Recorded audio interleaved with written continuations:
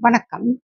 எல்லா வியாபார ஆட்டோ ஓட்டுநர்கள், இல்ல டாக்ஸி ஓட்டுறவங்க, இல்ல வியாபாரம் பண்றவங்க எல்லாருக்கும் ஒரு சங்கம் இருக்கும்.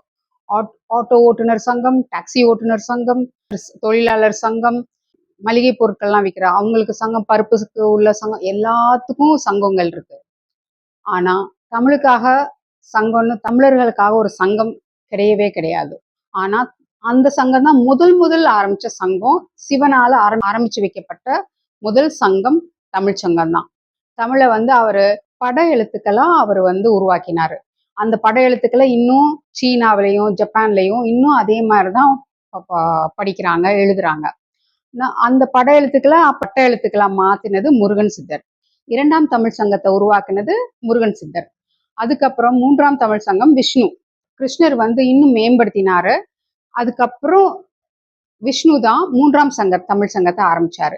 அதுக்கப்புறம் இப்ப 500 வருஷத்துக்கு முன்னால பாண்டித்தேவர்னு அவருதான் 4ஆவது தமிழ் சங்கத்தை ஆரம்பிச்சாரு.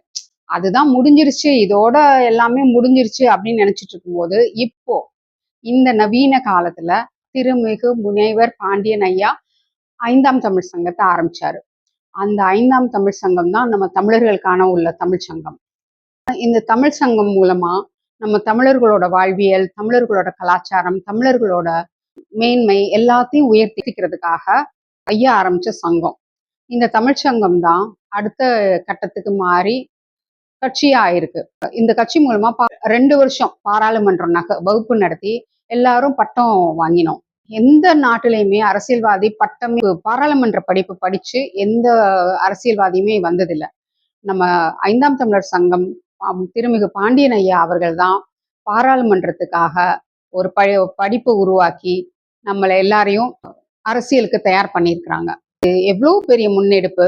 அப்போலாம் சித்தர்கள் இயற்கையாவே அவங்க ஒழுக்கத்தோட வரலாறு தெரிஞ்சு, டெக்னாலஜி தெரிஞ்சு வாழ்க்கைய மேம்படுத்திட்டு இருந்தாங்க. ஆனா இப்போ இந்த கலியுகத்துக்கு அப்புறம் நம்ம எல்லாமே மாறி போயிட்டதுனால இப்ப நம்ம ஒழுக்கத்தையும் நம்மளோட வரலாறை தெரிஞ்சுக்கிட்டு அதுக்கு அரசியல்ல இறங்கி உலக மக்களுக்காக ஏற்றத்தாழ்வு எதுவும் இல்லாம, வித்தியாசங்கள் எதுவும் இல்லாம நாம அரசியல் பண்றதுதான் சிறப்பு.